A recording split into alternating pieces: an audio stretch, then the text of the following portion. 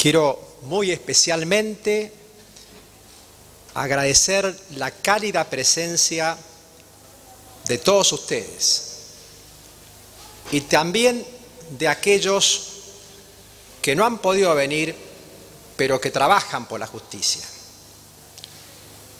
Hemos querido comenzar este acto difundiendo algunas imágenes de los numerosos avances que se van produciendo en la justicia de Córdoba y en el ámbito del Ministerio Público. Podríamos haber enumerado muchos más, no menos importantes, pero que por razones de celeridad hemos omitido. Se trata de un proceso de transformación de larga data que ha puesto a la justicia de Córdoba en uno de los peldaños más elevados, tanto en el país como en la región, en cuanto a la calidad y a la eficiencia. No obstante, frente a un incesante incremento de litigiosidad, tanto en su cantidad como en su complejidad, seguimos imaginando nuevos proyectos y cambios para fijar una nueva agenda para un nuevo tiempo. Y es en ese marco, entre otros, priorizaremos tres aspectos fundamentales. Uno, lo vinculado a justicia y comunidad, atendiendo a los sectores más vulnerables, el acceso a la justicia y el método o los métodos de resolución de casos. En segundo lugar, lo referido a la calidad de gestión.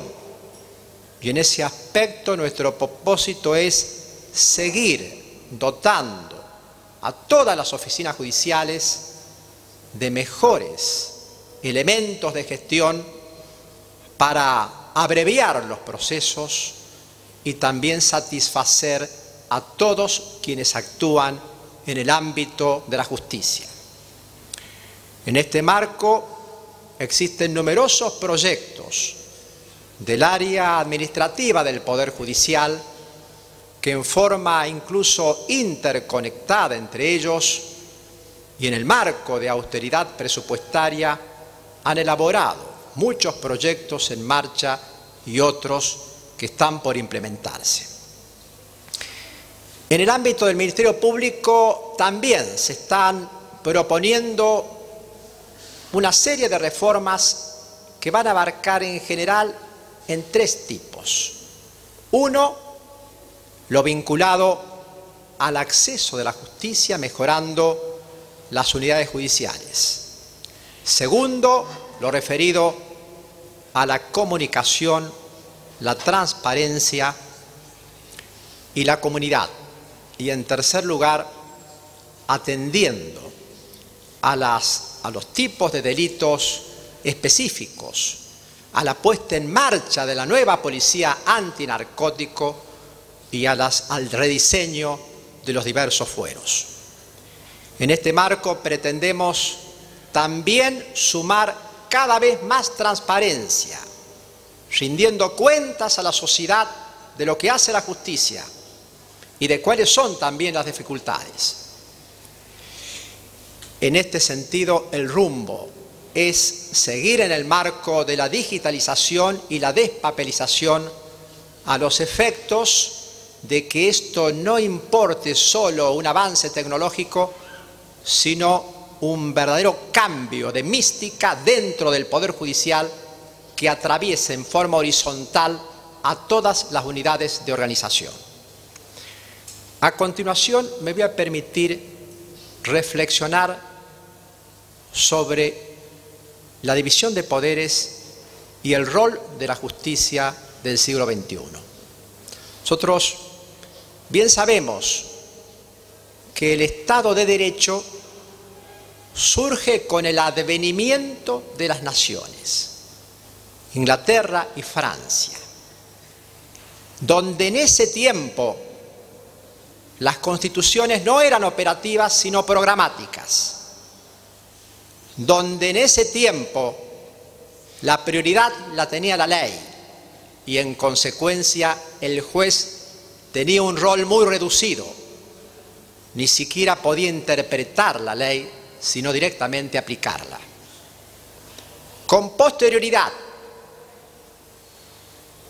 en la segunda mitad del siglo pasado, con el advenimiento de nuevas constituciones, como la Ley Fundamental alemana, la Constitución italiana del 48, la francesa del 58, la española del 78, la cordobesa del 87, la argentina del 94, entre otras, cambian los paradigmas y esto se transforma en un Estado constitucional de derecho, sobre la base de tres aspectos fundamentales que ha menester recordar. Uno, que todo lo vinculado con los derechos humanos y derechos especialmente extrapatrimoniales tienen una prioridad, pero además una operatividad inmediata, es decir, no hace falta la necesidad ni siquiera de una ley. En segundo lugar, las propias constituciones se nutren de principios y de valores que dignifican precisamente los derechos humanos. En tercer lugar, se van creando los organismos internacionales, tratados de derechos humanos, obligación de los países signatarios de receptar en el orden interno esos tratados y también órganos de justicia universal para hacerlos aplicables. Por ejemplo, la Corte Penal Internacional, que hoy tenemos el orgullo de ser presidido por una jurista cordobesa, pero que también podemos decir que estos organismos internacionales deberían ser rediseñados y revitalizados para garantizar actualmente una paz en el mundo, habida cuenta que muchos países surgen y siguen en violencia y en guerras permanentes. Pero este cambio en Estado constitucional de derecho es lo que algunos denominan, como Ferrajoli, el paso de un Estado débil a un Estado de derecho fuerte. Pero en esos mismos tiempos, con las mismas normas constitucionales, se comienza a incorporar un concepto mucho más amplio, que es el Estado constitucional social de derecho. Esto implica que no solamente se priorizan los derechos individuales, sino también los derechos sociales, de segunda, tercera y cuarta generación. En este aspecto, el Estado no solamente debe garantizar la igualdad formal, sino que debe remover los obstáculos para garantizar una igualdad real, para evitar la discriminación, ¿cierto? Todo tipo de violencia, entre otros aspectos. El Estado social y democrático de derecho sigue protegiendo el derecho de propiedad, la libertad de mercado, pero con un límite: la solidaridad, el interés general, el medio ambiente. Fíjense qué importancia del medio ambiente en nuestros días con la problemática de las inundaciones en Córdoba y en otras provincias argentinas, además de otras partes del mundo, donde, como decía Pablo Neruda, el hombre tiene que vincularse más a su tierra porque, en definitiva, en lugar de enfrentar la naturaleza, como algunas veces ocurre, tiene que precisamente proteger el medio ambiente y también el desarrollo sustentable. Pero, ¿qué significa desde el punto de vista jurídico, constitucional, un Estado social y democrático de derecho? Significa que se respete la división de poderes, que se respete la ley como expresión de la soberanía popular, que los tres poderes del Estado están subordinados a un orden jurídico, que existe un poder judicial imparcial, independiente, que resuelva las controversias, que garantice la tutela de los derechos y libertades del ciudadano, que controle la legalidad de los actos estatales y también que controle la constitucionalidad de las leyes. Pero precisamente a partir de la reforma del 94, con la incorporación de los tratados internacionales, el quehacer y el rol del juez se ha agigantado, se ha ampliado, porque también hoy debe hacer un control de convencionalidad, es decir, la vigencia real y efectiva de esos tratados de derechos humanos a los cuales se ha adherido en la República Argentina en el marco del artículo 75, inciso 22 de la Constitución Nacional. Pero fíjense cómo se va completando paulatinamente el desarrollo del Estado Social de Derecho con el advenimiento del nuevo Código Civil, donde el Código procura vincularse mucho más con el derecho público. Por eso que algunos hablan de la constitucionalización del derecho privado. Cuando uno analiza el artículo 14, que habla de la protección de los derechos de incidencia colectiva, el medio ambiente, los derechos de los consumidores, cuando en el artículo 1 del Código Civil dice claramente que los casos sometidos a este código van a aplicar la ley vigente, pero también la Constitución y los tratados de derechos humanos.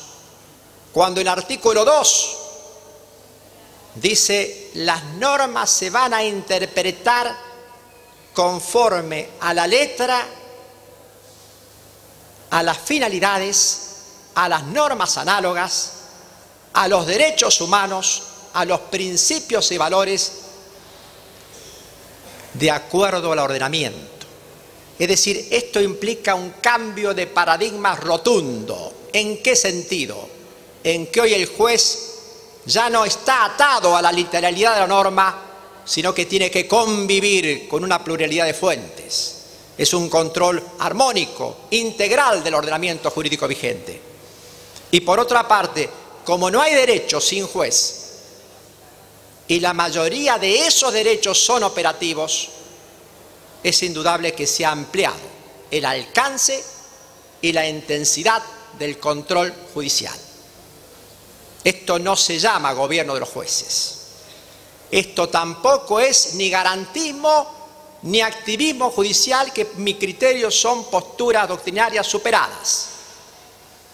Esto se habla de un control más amplio, pero siempre dentro del ordenamiento jurídico, siempre dentro del derecho y respetando las zonas de reserva que constitucionalmente tiene el legislador y el administrador para ponderar el mérito, oportunidad, conveniencia de las decisiones y de las políticas públicas.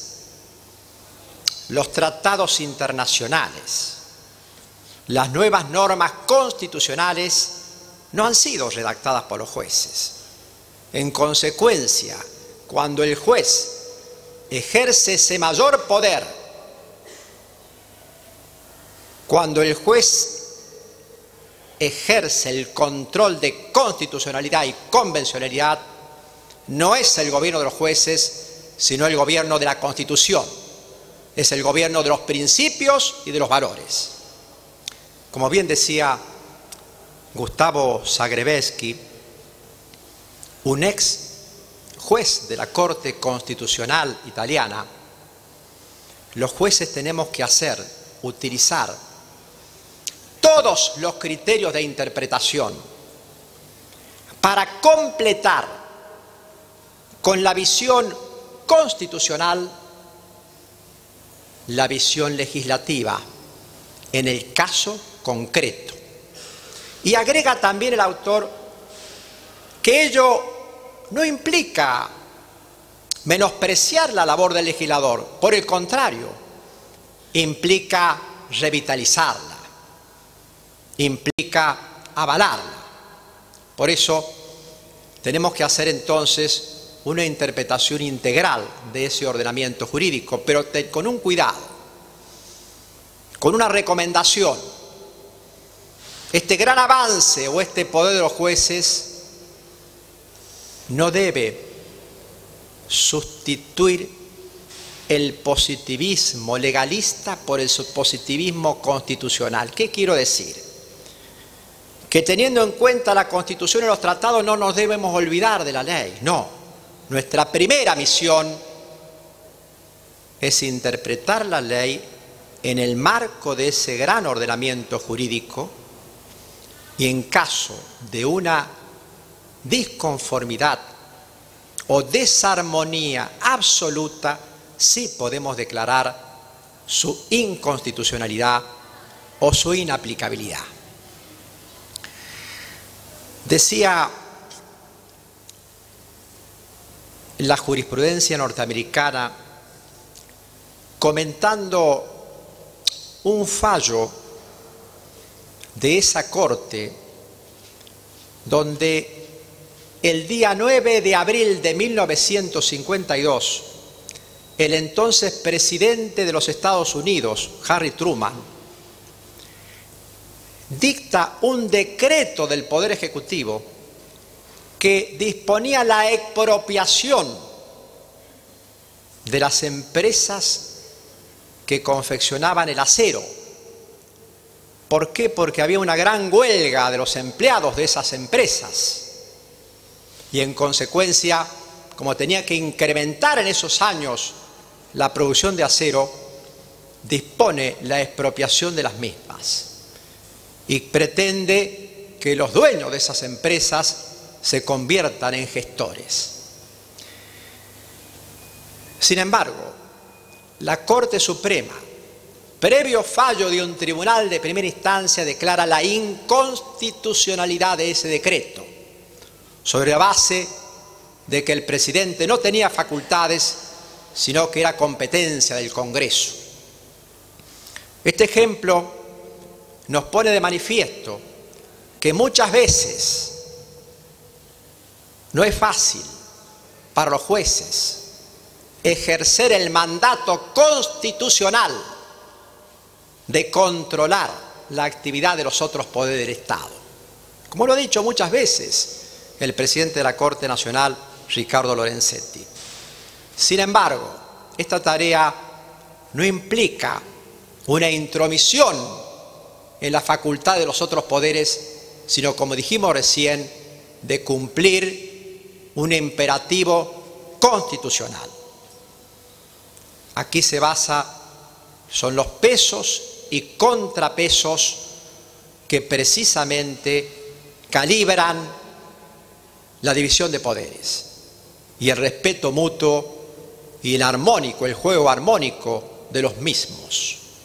Sin embargo, si uno observa la realidad, advierte que en muchos países de Latinoamérica no se logra incorporar de todo este respeto a la división de poderes, porque muchos gobernantes son reacios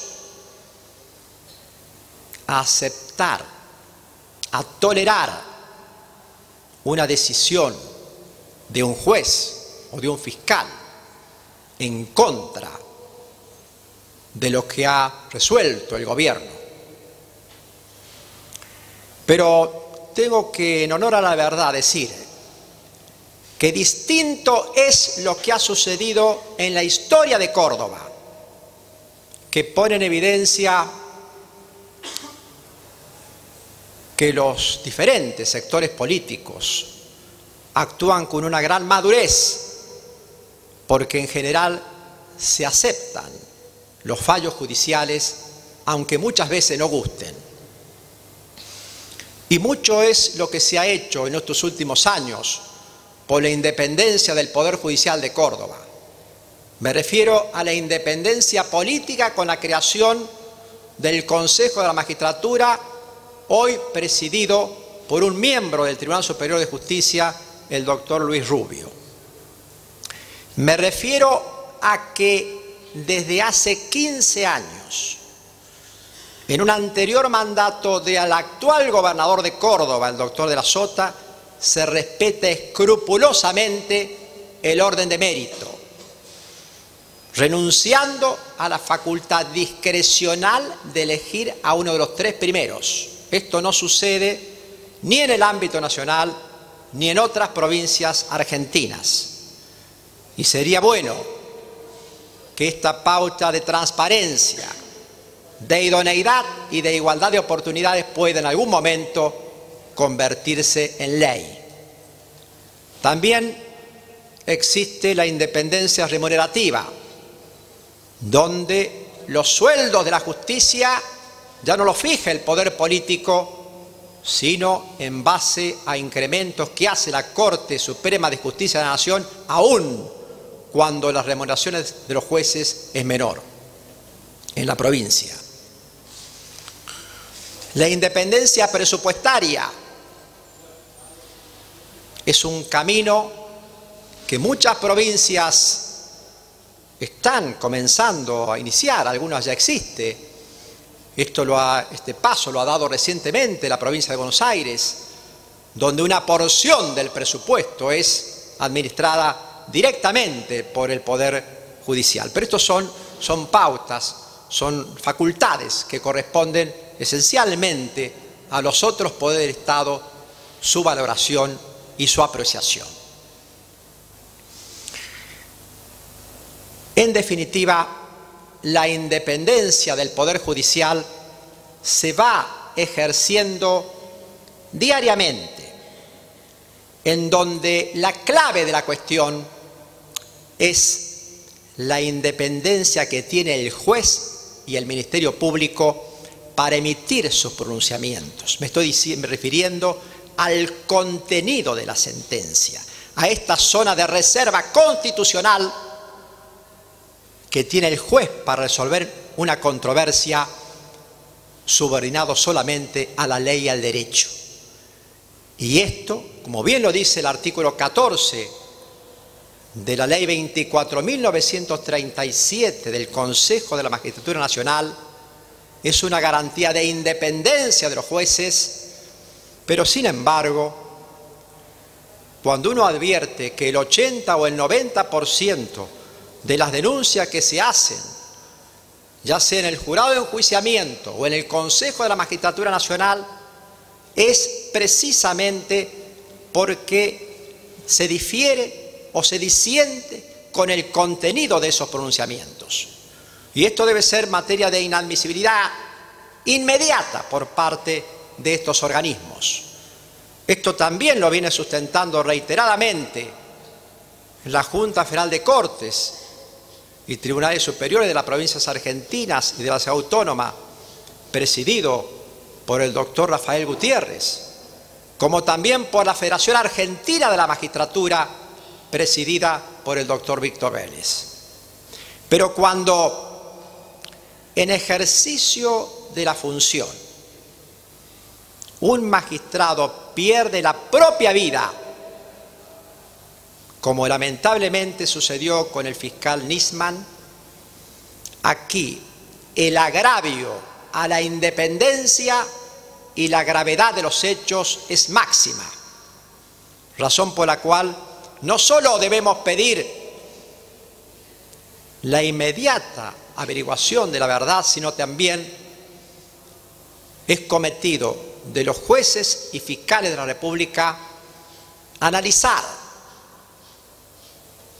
cuáles son las implicancias que esto produce a la independencia judicial y también al propio Estado de Derecho.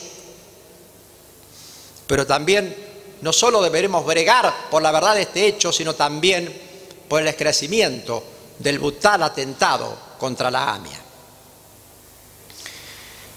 El juez debe ser equidistante de las partes, objetivo, imparcial, porque son elementos, rasgos que connaturales a la actividad de la magistratura. El juez debe ser un ejemplo de moderación, de equilibrio, de prudencia en su vida pública y en su vida privada con repercusión pública. El juez debe actuar con honestidad, con eficiencia, con responsabilidad, porque eso prestigia, en definitiva, a la magistratura. Por eso un especial reconocimiento al Tribunal de Ética, a quienes lo conforman, de la provincia de Córdoba, como también al jurado de enjuiciamiento, por precisamente asegurar, por custodiar estos principios. Decía el entonces presidente del Tribunal Superior de Justicia de la provincia de Córdoba, doctor Enrique Martínez Paz, precisamente en marzo de 1943, cuando tenía que inaugurar el año judicial. Recordando a Ulpiano, manifestaba que los juristas no solo somos artífices de la ley, sino que también somos sacerdotes de la justicia, por cuanto nuestra misión es orden y paz, buscar permanentemente el orden y la paz en el mundo. Pero fíjense que esta misión en realidad no solamente corresponde a los jueces, también a los abogados, cuando muchas veces tienen que pacificar a las partes y explicarles que no acudan a la violencia, que la cuestión se va a resolver en los tribunales con reglas pacíficas de resolución de controversias. Cuando tienen que explicarle a las partes que el proceso es largo, pero es largo ¿por qué? Porque hay pruebas, hay alegatos, porque de esa forma el juez no va a resolver conforme a un criterio individual, sino en base a las pruebas y en base a la ley y al derecho. Donde tiene que explicarle a las partes que si hay un error judicial o que se discrepa con un fallo de primera instancia, están las apelaciones sucesivas. Donde tiene que explicarles que el aumento de la litigiosidad deviene del aumento de derechos y garantías.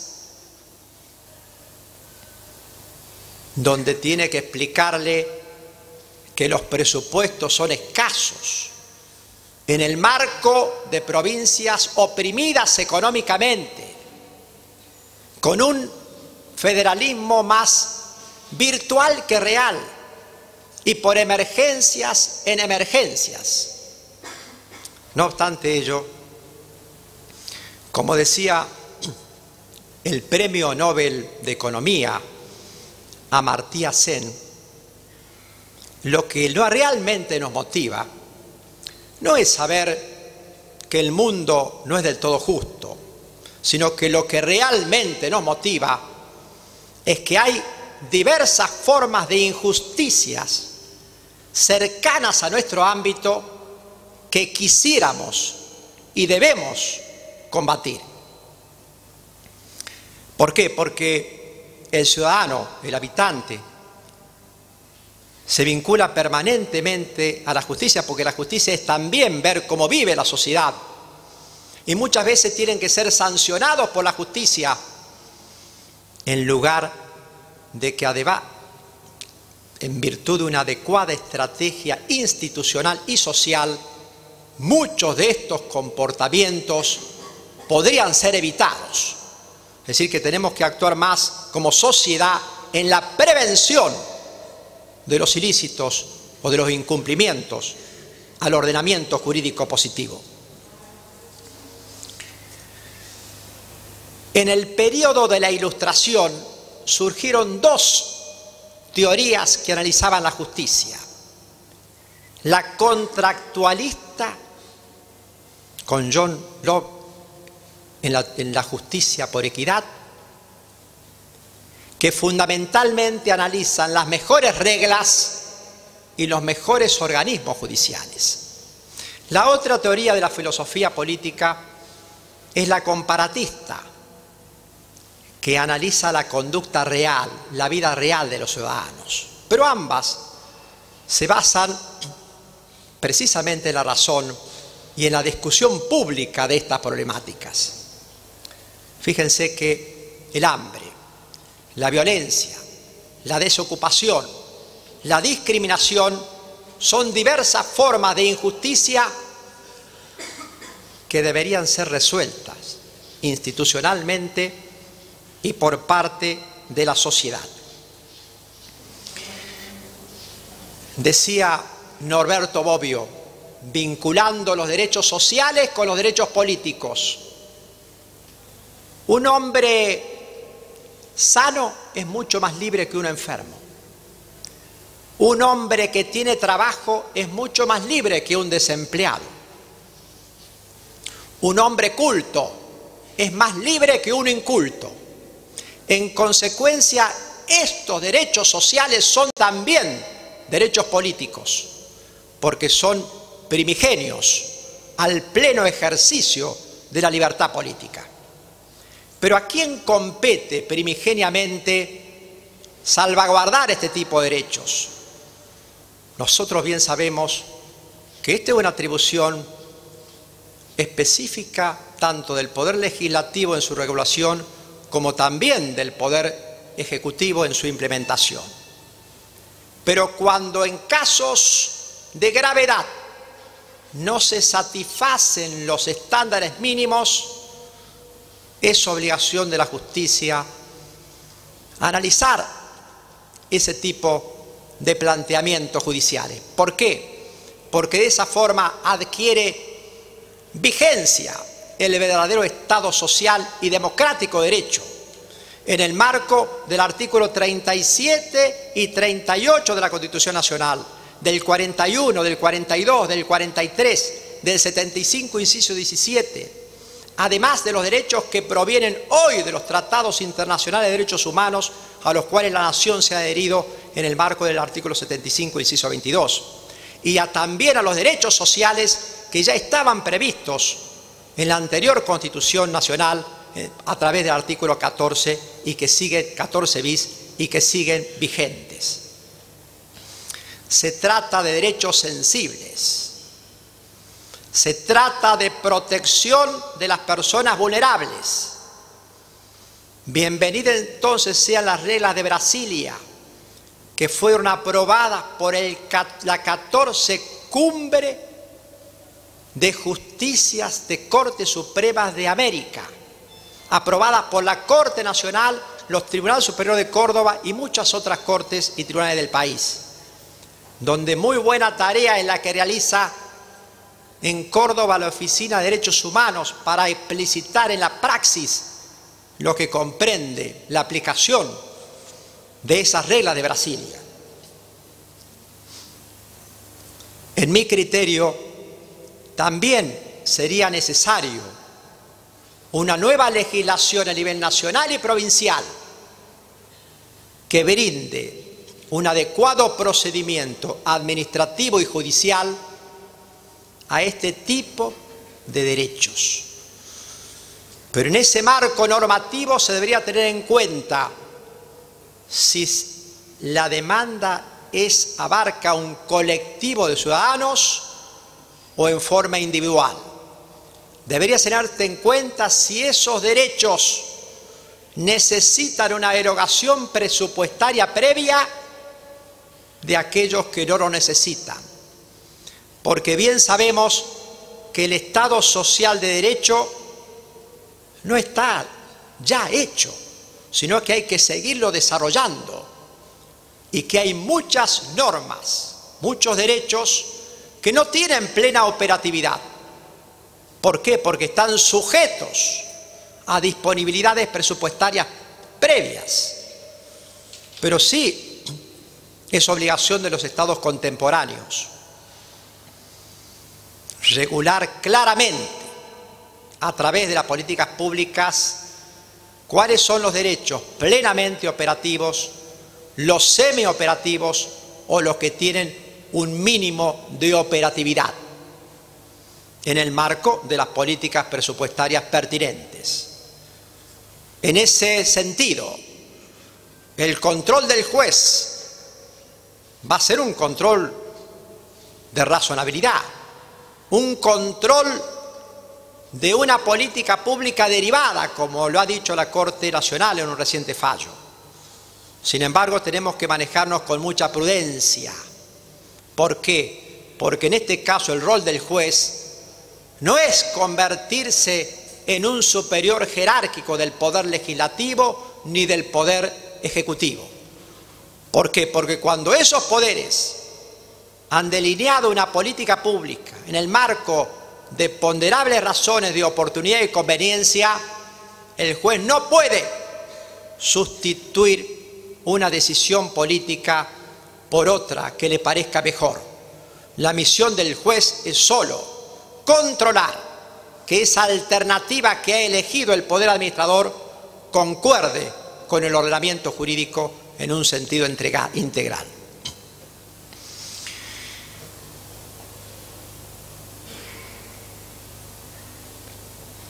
Hay dos clases de democracia: la democracia delegativa y la republicana. La delegativa basa su legitimidad solo en la soberanía popular. En consecuencia, se corre el riesgo de que ese tipo de gobiernos actúe unilateralmente, arbitrariamente, sin respetar los límites del ordenamiento jurídico.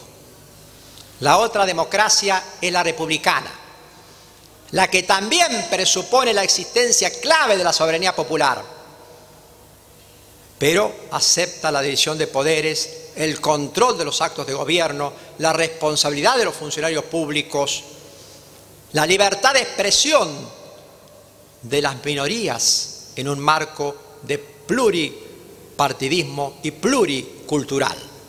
Esta es la democracia que ha elegido la República Argentina en 1853 y en el 1994, y que es atribución de los jueces y de todos los poderes del Estado salvaguardar ese tipo de democracia, donde de ninguna forma podemos aceptar la violencia, ni tampoco pensar que la estabilidad implica que un grupo pueda dominar a otro grupo sin respetar los caminos que fija la Constitución para que los debates sean razonables, tolerables y armónicos en el marco de los disensos. Y en este marco, como pieza clave para el sostenimiento de la democracia, es la libertad de prensa, la prensa libre e independiente, porque ellos tienen la gran misión de amplificar las voces de la sociedad, incorporarlas al debate público, de hacer viable el control de los actos de gobierno, de los tres poderes del Estado y también de sectores privados de la sociedad. También la prensa puede poner el micrófono a los desprotegidos, a las personas vulnerables, a las minorías. También la prensa contribuye eficazmente con el Poder Judicial, mostrando lo que hace el Poder Judicial, subrayando las conductas positivas o negativas que son sancionadas y que de esa forma preventivamente, dando a conocer a la sociedad esos resultados, orienta a la sociedad al respeto pacífico de las normas de resolución de conflictos. Le dice a la sociedad lo que es bueno y lo que es malo y lo que puede prevenirse. Por eso también es misión de los jueces y de la República custodiar a esa prensa libre e independiente. Finalmente, quiero decirles que estas son en realidad algunas reflexiones de las tantas que se puede realizar sobre la justicia.